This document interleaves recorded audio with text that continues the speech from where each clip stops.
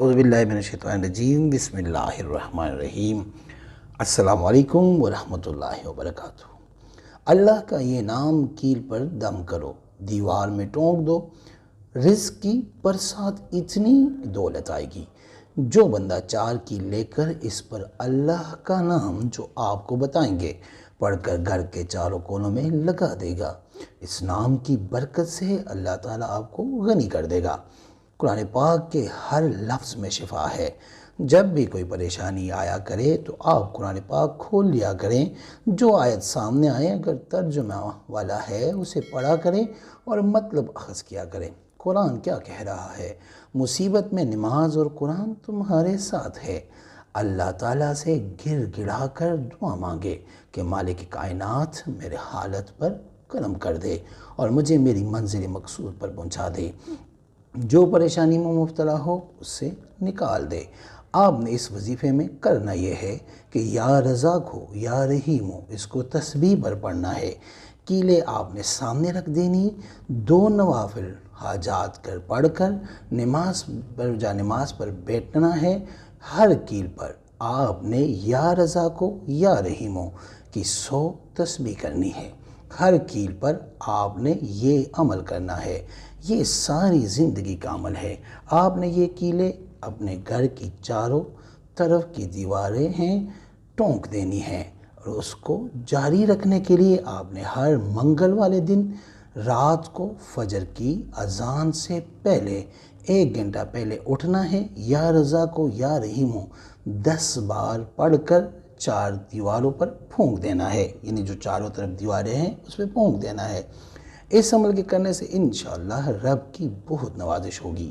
حضرت سلیمان فارسی رضی اللہ تعالیٰ عنہ سے روایت ہے کہ حضور نبی کریم صلی اللہ علیہ وآلہ وسلم نے فرمایا، اللہ تعالیٰ نے 100 رحمتوں کو پیدا کیا، ان میں سے ایک رحمت کی وجہ سے مخلوق ایک دوسرے پر رحم کرتی ہے، اسی کی وجہ سے وحشی جانور اپنی اولاد پر شفقت کرتے ہیں۔ اللہ تعالیٰ نے 99 رحمتیں قیامت کے دن تک کے لیے مؤخر کر رکھی ہے۔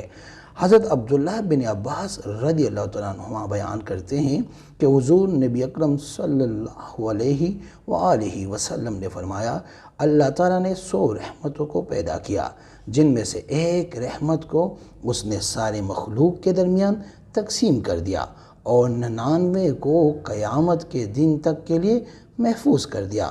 امام محمد بن سیرین و خلاص دونوں حضرت ابو ہریرہ رضی اللہ تعالیٰ عنہ سے روایت کرتے ہیں کہ نبی کریم صلی اللہ علیہ وآلہ وسلم نے فرمایا، اللہ کی 100 رحمتیں ہیں، جن میں سے اس نے ایک رحمت کو اہل دنیا کے درمیان تقسیم کر دیا، پس وہ ان کی اموات تک انہیں اپنے احاطہ میں لیے رکھے ہیں، جبکہ 99 رحمتوں کو اس نے اپنے اولیاء کے لیے محفوظ کر لیا۔ اگر ابھی تک آپ نے ہمارے چینل کو سبسکرائب نہیں کیا تو برائے مہربانی ہمارے چینل کو سبسکرائب کریں اور بیل آئیکن کو کلک کریں تاکہ ہماری ہر نئی آنے والی ویڈیو کا نوٹیفیکیشن آپ کو مل سکے۔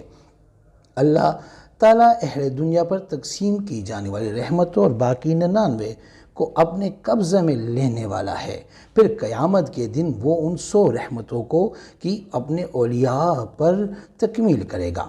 اس کو پڑھیں، اپنی زندگی کا حصہ بنائیں، حتیٰ کہ یہاں تک کہ جس کھانے کے بارے میں شک ہو اس میں زہر ہے، یا جس کھانے کے بارے میں شک ہے کہ یہ بیماری بن جائے گا، یہ تکلیف ہوگی یا اندر کوئی نقصان ہوگا، اس کھانے کی نیت پر بھی یہ دعا لازم 3 دفعہ پڑھے، اعوذ بکلمات اللہ التامات من شر ما خلق، تیرے ان خفیہ کلمات سے جو تیرے علم میں، ان مبارک کلمات کی برکت چاہتا ہوں کہ مجھے مخلوق کے شر سے بچا دے۔